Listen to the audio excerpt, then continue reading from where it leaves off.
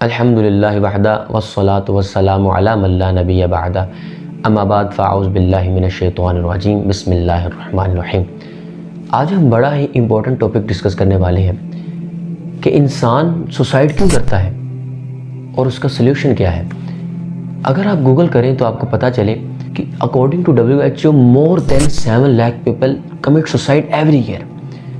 آخر اتنی بے چینی کیوں، اتنی بے سکونی کیوں ہے؟ میں ایک آیت پاک آپ کے سامنے تلاوت کرتا ہوں، پھر اسے میں ایکسپلین کروں گا۔ اللہ رب العالمین نے فرمایا الا بذکر اللہ تطمئن القلوب۔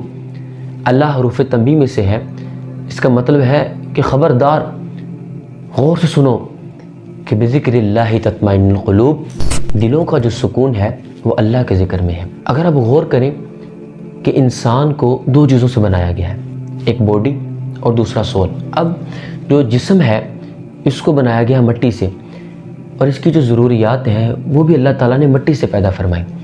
اب دیکھ لیں انسان کی باڈی کی نیڈز ہے، وہ خوراک ہے، لباس ہے، اور تیسری چیز رہنے کے لیے گھر ہے۔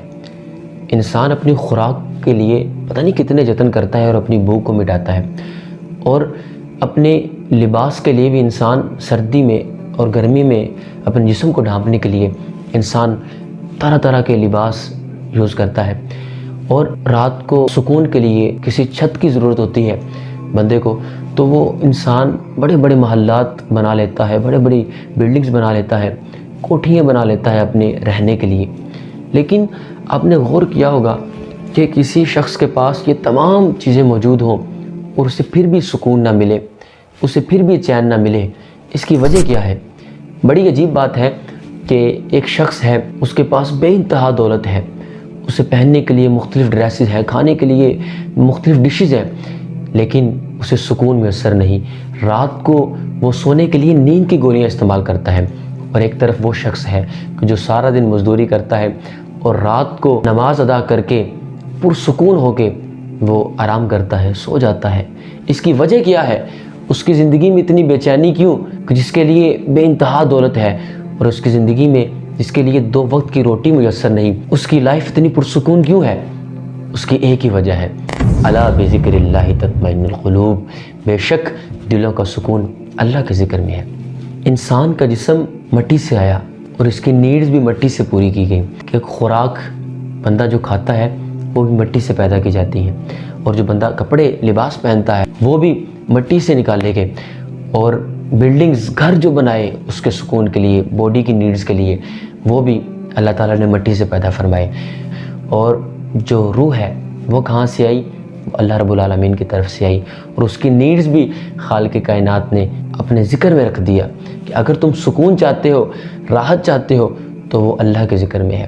یہ کبھی نہیں، دنیا میں جہاں مرضی چلے جاؤ تمہیں سکون نہیں ملے گا، چین نہیں ملے گا۔ ایک اور بڑی عجیب بات مشہور ہے کہ روح کی غذا موسیقی میں ہے۔ نابینا، موسیقی روح کی غذا نہیں، بلکہ موسیقی تو روح کی سزا ہے۔ روح کی غذا اللہ کا ذکر ہے۔ آپ نے بھی غور کیا ہوگا کہ ہمارے نوجوان سکون حاصل کرنے کے لیے سانگز، میوزک یوز کرتے ہیں، لیکن ان کو پھر بھی سکون نہیں ملتا، کیونکہ حقیقی جو سکون ہے وہ اللہ تعالیٰ کے ذکر میں ہے۔ اور صرف اللہ اکبر کہنا زبان سے یہی ذکر نہیں ہے، بلکہ اللہ تعالیٰ نے فرمایا اِنَّا نَحْنُ نَزَّلْنَا الذِّکْرَ، بے شک ہم نے اپنے ذکر کو نازل فرمایا، یعنی کہ قرآن پاک کو نازل فرمایا۔ قرآن پاک بھی اللہ کا ذکر ہے۔ اور اسی طرح اللہ تعالیٰ نے فرمایا وَأَقِمِ الصَّلَاةَ لِذِکْرِی، نماز قائم کرو میرے ذکر کے لیے۔ نماز بھی اللہ تعالیٰ کا ذکر ہے۔ اور ایک بڑی پیاری بات بتاتا ہوں کہ ذکر کی 3 قسمیں ہیں، ذکر باللسان، ذکر بالقلب، اور ذکر بالاعضاء۔ زبان کے ساتھ اللہ کا ذکر کرنا، قلب کے ساتھ اللہ کا ذکر کرنا، اور اعضاء کے ساتھ اللہ کا ذکر کرنا۔ یہ تینوں ذکر مختلف ہیں۔ کوئی بھی عبادت کریں گے تو اس میں صرف ایک وقت میں ایک ہی ذکر پایا جائے گا، لیکن صرف نماز ایسی عبادت ہے کہ ایٹ اے ٹائم اس میں یہ تینوں ذکر پائے جاتے ہیں۔ ذکر بالقلب بھی نماز میں پایا جاتا ہے، ذکر باللسان بھی نماز میں پایا جاتا ہے، اور ذکر بالاعضاء بھی نماز میں پایا جاتا ہے۔ یہ اتنی پیاری عبادت اللہ تعالیٰ نے ہمیں عطا فرمائی۔ اور لوگ یہ کہتے ہیں کہ اس نے تنہا رہنے کی وجہ سے سوسائڈ کر لیا، اور تنہائی کی وجہ سے وہ ڈپریشن میں آ گیا اور اس نے سوسائڈ کر لیا۔ نابینا، میں یہ بات نہیں مانتا، کیونکہ ہر مسلمان جس نے لا الہ الا اللہ محمد رسول اللہ پڑھ لیا، مسلمان ہو گیا، وہ کبھی تنہا ہو ہی نہیں سکتا. وہ کائنات میں کہیں بھی چلا جائے، اسے اس کے تمام رشتہ دار چھوڑ جائیں، دوست چھوڑ جائیں، بھائی بہن چھوڑ جائیں، تمام دنیا چھوڑ جائیں، وہ کبھی بھی تنہا نہیں ہو سکتا، کیونکہ اس کا رب اس کے ساتھ ہر وقت موجود ہے.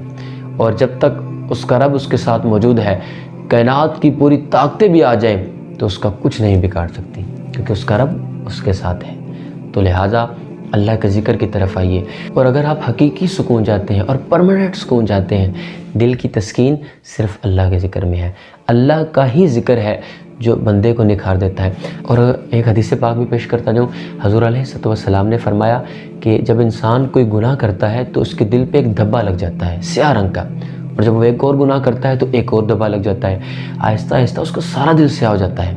اور جب بندہ کا سارا دل سیاہ ہو جائے، جس طرح انسان کے جسم پر میل لگ جائے، کوئی داغ لگ جائے، تو اسے ختم کرنے کے لیے بندہ مختلف ڈٹرجنٹ یوز کرتا ہے، اس میل کو، اس داغ کو ختم کر لیتا ہے. اسی طرح جو ہمارے دل کو صاف کرنا، کس طرح یہ نور کی روشنی سے بندہ بھرے گا اور گناہوں سے پاک کرے گا، وہ اللہ کا ذکر ہے، استغفار ہے، گناہوں کی معافی ہے.